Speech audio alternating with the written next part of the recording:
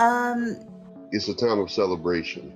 Legacy. And it's a time for me to celebrate myself, my Black life, and the Black lives around me. is a chance for everyone else to see what I see every day of the year. Hey Jersey City, we're right in the middle of Black History Month, and I'm here with some really special Jersey City residents who are going to share their thoughts about this historic month. So my first question for you guys is, what does Black History Month mean to you? For me, right, February 1st launches Black History, right? But subsequently, the conclusion of Black History is January 31st the next year. I mean, of course, I'm Black all year round, but it just feels a little, you walking down the Ave, oh, happy Black History Month, like, yep, like, thank you, uncle, like, you don't even know this man, and you saying thank you. I am celebrating the work of the Black Panthers and Shirley Chisholm and so many Black pioneers before me who have done food justice work. The negative, the positive, and the victories, and also losses. Is a time for us to celebrate our identity, embrace our culture. It's a time when we get to celebrate all the accomplishments of people from our past, our present, and then also look forward to the accomplishments of people of our future. People have marched, protested all throughout the course of our history for equal rights and justice. You can't frame Black history as just starting from slavery or just starting from something tragic. If you want to talk about Black history, talk about how we created math. Like, you know, like talk about how Black people did everything, you know, like before colonization.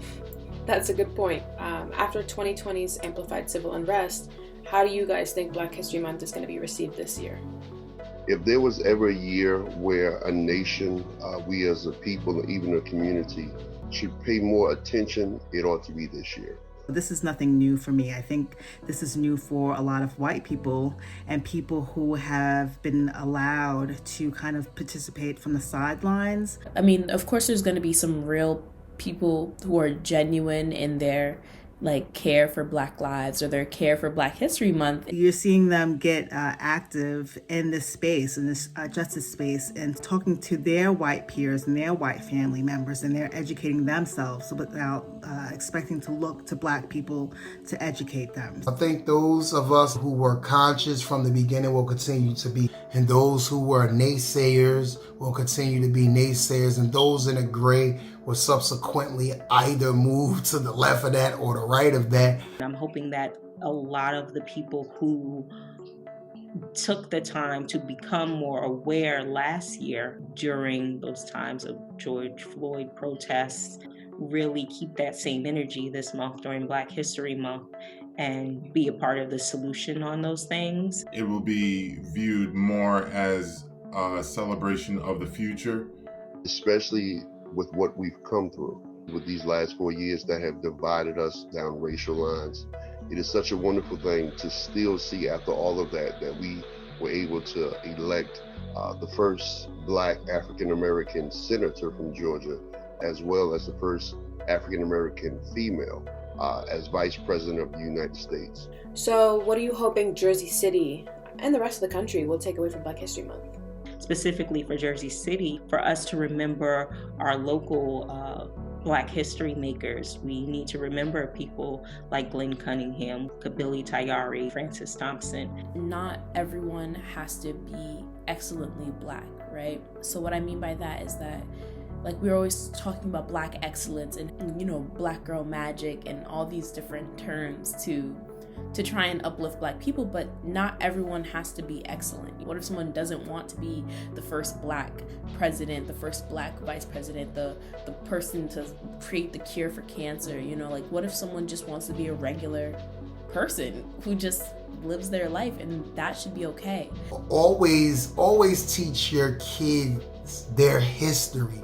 Stop and remember that this country would not be what it is without the assistance, without the help, without the hard labor.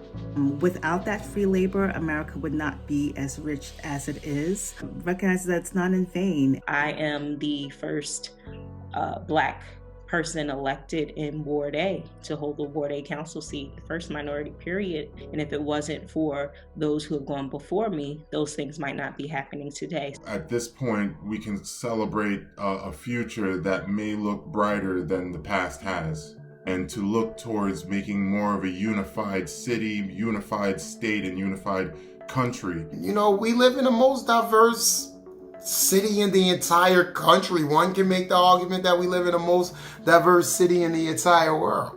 Get in the fight, stay in the fight, and keep on fighting until victory is won.